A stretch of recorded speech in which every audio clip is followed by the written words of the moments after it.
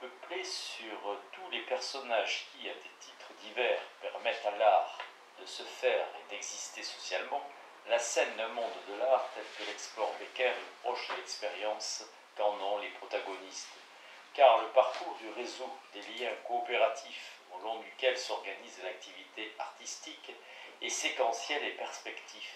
C'est ce qui donne à la construction du livre son originalité. Il est séquentiel en ce qu'il s'attache à décrire successivement les tâches et la variété des comportements des principaux acteurs liés au personnage central du réseau coopératif, l'artiste.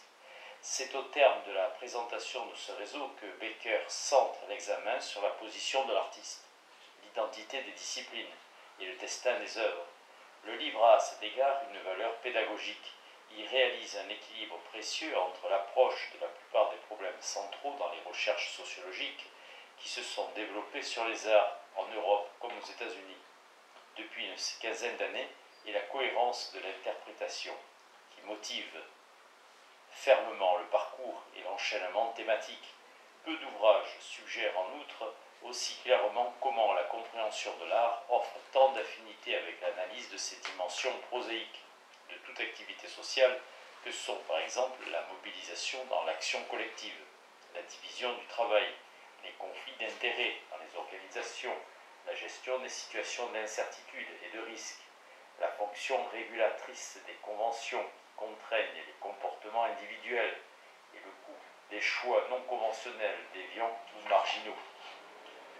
Dans le parcours séquentiel et thématique, chaque activité est aussi vue en perspective à travers les relations d'interdépendance des acteurs, ce qui permet de marquer la position cardinale de l'artiste dans la chaîne de coopération. Si la sociologie s'attache en effet à démontrer que l'artiste n'est pas ce dieu solitaire de l'idéologie romantique écartelé entre les contraintes de l'existence sociale et la souveraineté libre de sa vie intérieure, elle n'attend pas dissoudre pour autant l'identité de son principal sujet d'analyse, à mesure qu'elle révèle l'épaisseur collective de la production de l'art. Ce mode d'investigation permet aussi de substituer à une image statique et réductrice du travail artistique et de la division des tâches une description dynamique des comportements et de la formation des décisions, car les distinctions simples entre les étapes successives et séparées de production, distribution, consommation et évaluation des œuvres dissimulent un peu un jeu de rapports plus complexe et plus indéterminé.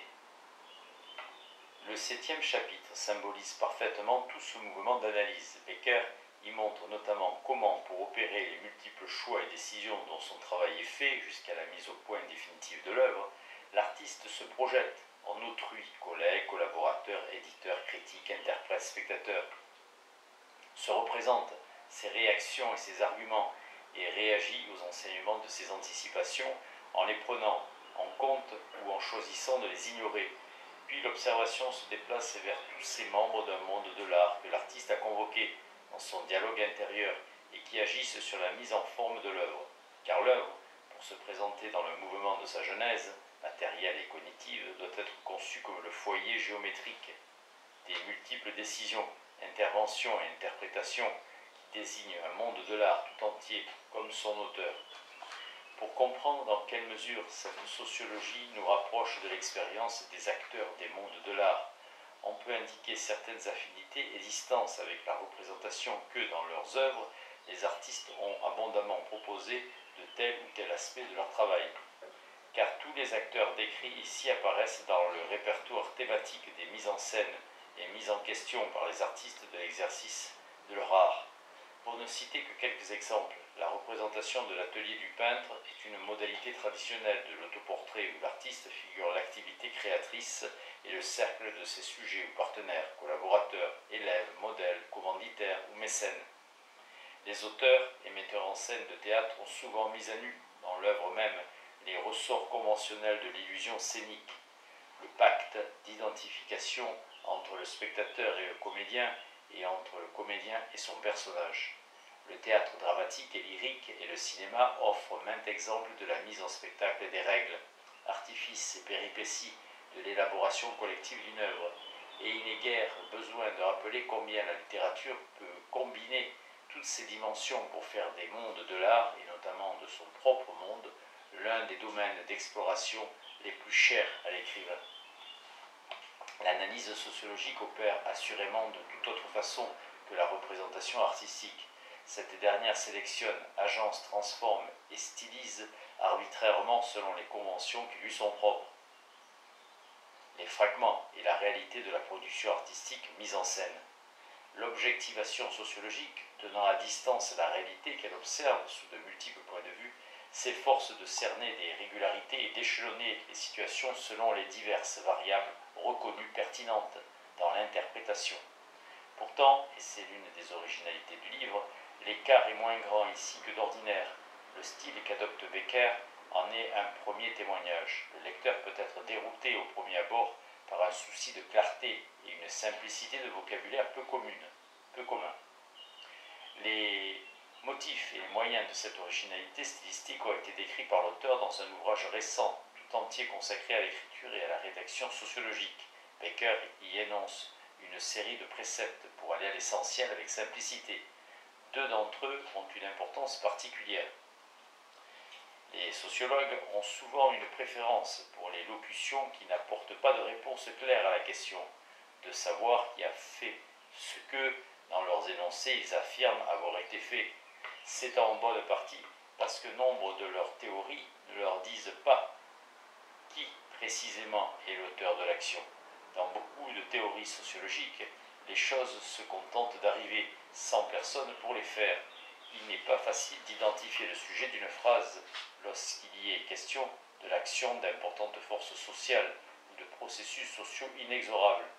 En évitant d'énoncer qui a agi, on est conduit à commettre deux des péchés caractéristiques de l'écriture sociologique, l'usage fréquent des constructions passives et le recours aux substantifs abstraits. Bien que les critères stylistiques évoqués soient indépendants de toute école de pensée, je crois que ma préférence pour la clarté des formulations directes a ses racines dans la tradition sociologique de l'interactionnisme symbolique qui centre son approche sur les acteurs réels dans des situations réelles. L'un des procédés d'écriture qu'emploie Becker pour mettre en scène les sujets de l'action a une signification particulière. Pour faire parler les membres des mondes de l'art, il ne recourt ni à la citation d'interviews, comme dans les monographies de terrain, ni au style indirect, souvent utilisé en sociologie, mais fait un usage particulier du style direct qui invite le lecteur à adopter le point de vue de l'acteur sur la situation. La sociologie interactionniste montre, après Mead, comment les individus, pour accorder leur interprétation d'une situation et agir ensemble, doivent être mutuellement indiquer ce que chacun attendait l'un de l'autre et avoir adopté chacun le point de vue de l'autre. Ce principe structurant de tout comportement et de toute communication interpersonnelle devient un moyen de description, en conviant le lecteur à se mettre à la place de l'autre, en recourant au questionnement à la première personne, en procédant à des variations imaginaires pour révéler par exemple le caractère arbitraire de telles conventions et suggérer par contraste les conséquences d'un changement. Le sociologue transcrit en quelque sorte ce dialogue intérieur de l'acteur où se construisent ses choix et ses décisions. De tels procédés donnent aussi à l'analyse toute la fluidité souhaitable pour varier le travail d'exemplification et appréhender l'effet artistique dans le langage de l'action. La représentation traditionnelle dans l'art de certaines des commissions de sa production rétablit immanquablement le privilège souverain du créateur dès lors que, devenant une œuvre, elle aiguise, à travers l'effet du réel, la fascination à l'égard de l'auteur de la représentation.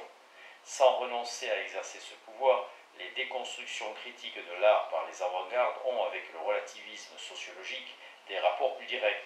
Dans le livre, plusieurs exemples de liens explicites sont apportés. L'artiste conceptuel Hans Hack et l'auteur d'enquêtes sur le public de l'art contemporain cités ici, mais aussi de recherches sur les formes et les réseaux de pouvoir dans les mondes de l'art dont Becker a évalué et reconnu ailleurs la pertinence sociologique.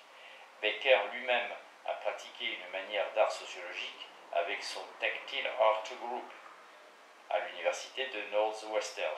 Plus généralement, les analyses consacrées ici à la démarcation esthétique entre art et non-art et au conflit et va-et-vient entre art et artisanat montrent quelle dette le sociologue peut avoir à l'égard des innovateurs dans l'art du XXe siècle. Ceux-ci s'en sont pris méthodiquement à toutes les conventions fondatrices du système établi de production, de commercialisation et d'évaluation de l'art.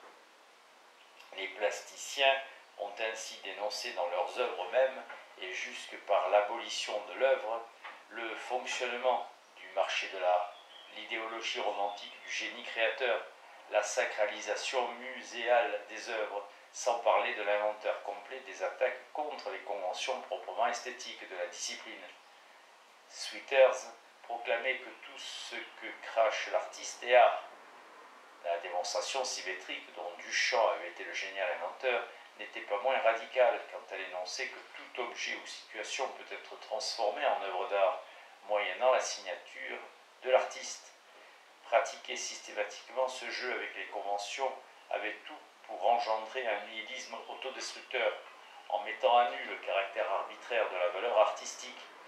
L'invention des ready-made ébranlait les fondements de l'esthétique.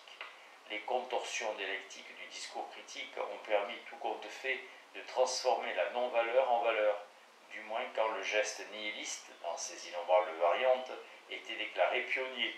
Il fallait tisser patiemment à la toile de l'interprétation pour inventer une nécessité esthétique, idéologique, politique à ce progrès vers l'absence d'œuvre et lui assigner une place dans une évolution qui en rendit raison. La théorie esthétique d'Adorno, qui se voulait aussi sociologique, ne disait finalement rien d'autre, comme toute œuvre présumée authentiquement novatrice. Ces travaux n'exprimaient-ils pas les contradictions exacerbées du capitalisme, jusque dans ce paradoxe si pervers qu'est la protestation impuissante, car absorbée comme une invention géniale et dûment négociable, contre la récupération par le marché de l'art et la société de consommation de tous ceux qui contestent leur pouvoir de domination.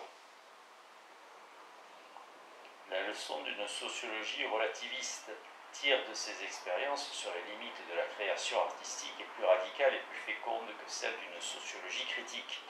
Montrer que les frontières assignées à l'invention esthétique sont tracées arbitrairement, c'est-à-dire franchissables, et que les hiérarchies qui séparent les beaux-arts des arts appliqués ou mineurs ou de l'artisanat ou encore de l'art populaire sont socialement constituées et historiquement mouvantes. C'est, comme le fait Becker, démontrer que la dimension collective de l'activité artistique s'étend aussi bien à la production de l'œuvre qu'à la construction de la valeur. L'important est que le décentrement relativiste soit contrôlé contre l'esthétique institutionnelle, pourtant proche à plusieurs égards de l'interprétation sociologique. Becker rappelle que la valeur de l'art et la réputation de l'artiste, si elles sont socialement construites, doivent aussi, pour être homologuées, faire l'objet d'un consensus, qu'il se constitue au travers de conflits esthétiques ouverts ou pas, ou par un accord tacite, malaisé à motiver. Le consensus est une forme d'objectivation sociale des valeurs et des significations qui ne procède pas de principes transcendants universellement reconnus et qui ne se maintient pas par la seule force de son évidence. Réalisé, il doit être entretenu et il se modifie comme l'atteste, au-delà de la mobilité des jugements et classements établis sur le court terme, le mouvement des redécouvertes et révisions historiques, réévaluatrices ou dépréciatives. Peu d'arts soumettent, il est vrai, la formation de tels consensus à d'aussi fortes tensions et d'aussi grande incertitude que la création plastique contemporaine. Historiquement, c'est dans le monde des arts plastiques qu'avait été instituée notamment la séparation entre arts libéraux et arts mécaniques, le premier système de professionnalisation des artistes avec la constitution de l'académie et la hiérarchie formelle des genres artistiques. C'est aussi le seul domaine où la séparation fondatrice de l'identité de la discipline entre art, artisanat et industrie repose aussi directement sur une distinction matérielle entre la production de biens uniques et celle de biens multiples ou reproductibles, avec tout son retentissement sur la détermination économique de la valeur des œuvres. Or, ces propriétés caractéristiques ont été successivement et plus ou moins radicalement remises en question dans un mouvement tourbillonnant d'innovation esthétique qui n'a cessé de s'accélérer depuis l'expansion du marché de l'art, comme le montrent en particulier les travaux de Raymond Moulin, sur lesquels s'appuie notre auteur. Dans un texte récent, Becker évoque la fièvre spéculative sur le marché de l'art contemporain et les techniques publicitaires et commerciales d'intox qui permettent de gonfler les réputations et les cotes de nouveaux artistes à New York. Il émet l'hypothèse qu'elles auraient été rendues possibles par la disparition de la communauté de goût qui fixait à la compétition artistique et à la rivalité entre amateurs d'art des règles stables, porteuses de consensus, moins soumises qu'aujourd'hui à l'influence directe des opérateurs économiques du marché de l'art. Entre le traitement de telle ou telle des questions qui ont au centre de l'analyse les caractères spécifiques des diverses disciplines artistiques, le livre de Becker révèle des affinités qui organisent le choix des exemples. Car si l'ouvrage fait référence à de nombreux arts, il ne cède pourtant en rien à une ivresse comparatiste qui disputerait leur identité respective. Les divers arts offrent à l'investigation sociologique des profils différents et peut-être classés différemment selon que l'analyse s'attache par exemple à la complexité des réseaux de coopération, à la nature économique des biens et aux modalités de leur distribution, ou à la prégnance des conventions et à la probabilité de rencontrer des artistes activement marginaux dans tel ou tel art. Dans le choix des exemples et des analyses de cas, 4 disciplines occupent cependant une place prépondérante: la musique, la photographie, la littérature, les arts plastiques. À des titres divers, ce sont aussi les arts avec lesquels l'auteur est le plus familier, soit qu'il les pratique personnellement depuis longtemps, c'est le cas pour les deux premiers, soit que, comme pour l'activité d'écriture, les liens soient assez marqués avec le métier de sociologue, tel qu'il entend et enseigne, pour qu'il s'agisse plus que d'une simple culture lettrée, soit enfin que sa vie personnelle et son métier d'enseignant, les arts sont largement implantés dans les universités américaines, lui ait procuré une connaissance directe du monde des arts plastiques et de l'artisanat. Si le sociologue doit assurément se tenir à distance pour comprendre les comportements et les valeurs d'un monde social autrement que selon les catégories qui les font aller de soi, l'observation n'aurait aucune profondeur, aucune finesse, sans une familiarité prolongée avec ce monde. L'art aussi exige du sociologue qu'il trouve pour l'approcher un équilibre subtil entre détachement et implication. Pierre-Michel Menger.